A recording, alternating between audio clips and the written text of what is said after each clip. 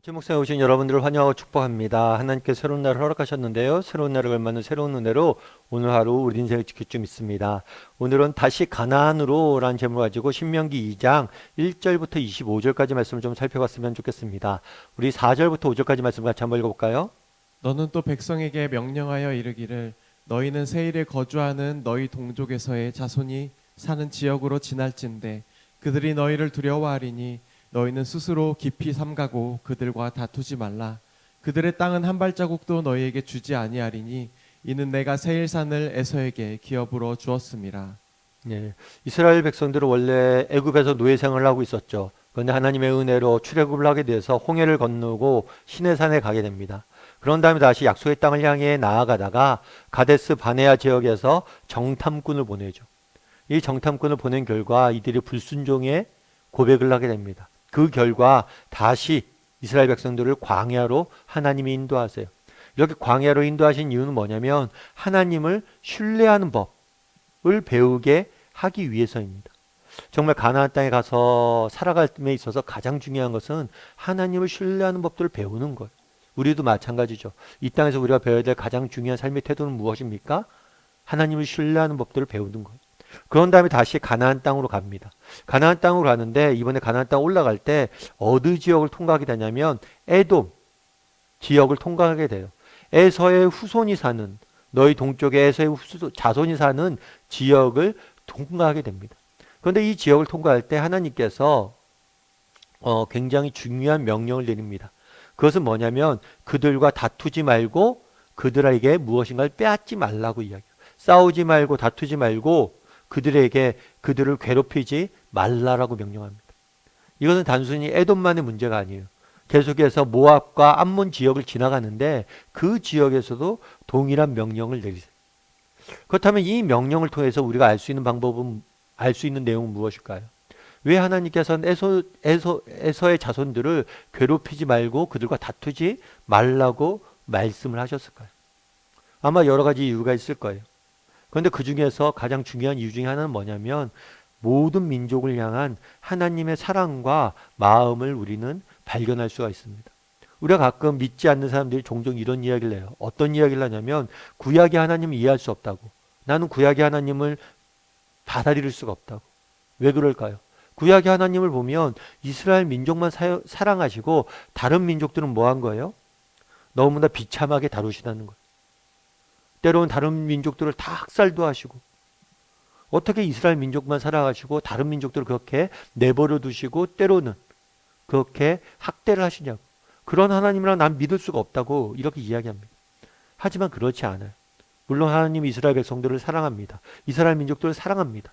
그런데 이스라엘 민족들만 사랑하고 다른 민족들을 무시하거나 함부로 대하거나 미워하는 게 아니에요.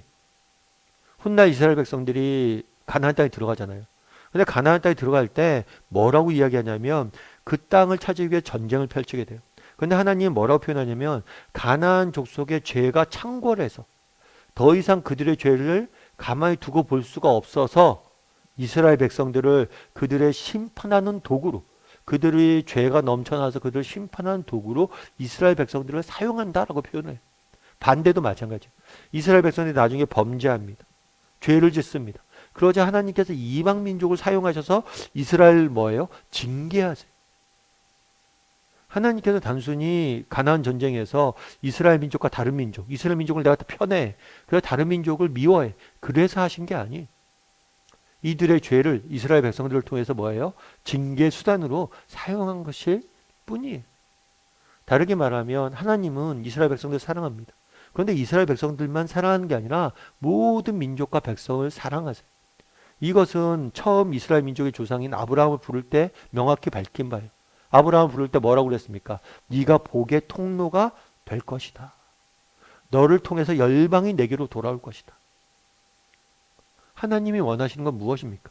이스라엘 백성들을 통해서 열방이 돌아오는 거예요. 모든 민족이 하나님 앞에 돌아오는 거예요. 모든 민족이 이스라엘 백성처럼 하나님을 섬기고 하나님을 사랑받는 백성이 되는 게 하나님의 바람이고 소망이에요. 오늘 본문도 마찬가지란 거. 나중에 분명 에서의 에돔 지역은 하나님이 이 지역도 죄가 창궐해지자 징계합니다. 그런데 지금은 아니라는 거. 여전히 하나님께서는 이스라엘뿐만 아니라 모든 민족이 하나님 앞에 돌아오길 바라시고 이스라엘을 통해서 그 일들을 이루어가길 원하신다는 것. 우리도 마찬가지예요. 하나님께서 우리를 부르신 목적이 무엇이냐는 것. 우리에게 믿음을 주신 목적이 뭐냐는 것. 정말 우리가 예수님을 잘 믿고 우리가 구원받고 하나님의 백성으로서 하나님이 주신 축복을 누리는 것, 그것도 하나님께서 우리를 향하신 중요한 우리를 향하신 목적이에요. 그런데 그것을 넘어서 우리 역시 무엇이 되길 원하는 거야? 축복의 통로가 되길 원하는 거야. 우리를 통해서 세상이 하나님을 알고 정말 하나님 앞에 돌아오게 되는 것, 그것이 바로 우리에게 주신 소명이고 하나님께서 주신 축복이라는 것. 그럼 우리는 이런 소명을 이루기 위해서 어떻게 될까요? 우리나라 초창기에 기독교 역사 초창기에 보면 이성봉 목사님이라는 분이 계세요. 이분은 어떤 분이냐면 6.25 당시 때 이렇게 목회 활동을 열심히 했던 분이에요. 그러다 보니까 아무래도 공산당에게 붙잡히게 됐어요. 공산당이 이렇게 쳐들어왔는데도 불구하고 여전히 하나님 말씀을 전하고 복음 전하고 있으니까. 그래서 공산당에 끌려가서 실명 고문을 당하고 조롱을 당하고 그러면서 시간들을 보내야만 했어요. 그러다가 한 번은 한 공산당원이 이 목사님을 붙잡고 끌고 와서 고문을 하면서 아주 냉소적인 표정으로 이렇게 말한 거예요. 영감, 나한테 천국을 보여줄 수 있어? 내가 천국을 보여주면 당신이 믿는 하나님 믿을게 라고 이야기를 한 거예요. 그러면서 막 괴롭히고 발길로 걷어차고 그런 거예요. 그러자 이 목사님이 그런 얘기를 했어요. 뭐라고 이야기했냐면, 영감, 나에게 천국을 보여줄 수 있어? 그때 뭐라고 그랬을까요? 예, 보여드리겠습니다 라고 이야기한 거예요. 천국을 어떻게 보여줘요? 그러면서 그런 얘기를 한 거예요. 죽어서 가는 천당이야 내가 보여드릴 수 없습니다. 그런데 지금 제가 보여줄 수 있는 게 있습니다. 그것은 뭐냐면 천국 본점은 보여드릴 수 없지만 지점은 보여드릴 수 있습니다. 지점은 바로 내 마음입니다. 내 안에 있는 천국을 당신이 보길 원한다는 것. 여러분, 우리가 소명이 있잖아요. 우리가 복의 통로예요. 우리가 예수 그리스도를 믿는 걸로 하나님이 끝나지 않습니다. 우리를 통해서 정말 열방이 하나님 앞에 돌아오길 원해요. 그러면 어떻게 열방이 하나님 앞에 돌아올 수 있게 될 수 있냐? 이 소명을 감당할 수 있냐는 거예요. 먼저 우리가 지점이 돼야 돼. 우리 안에 정말 천국이 임해야 되는 거예요. 그래야지 세상 사람들이 천국을 보고 돌아오죠.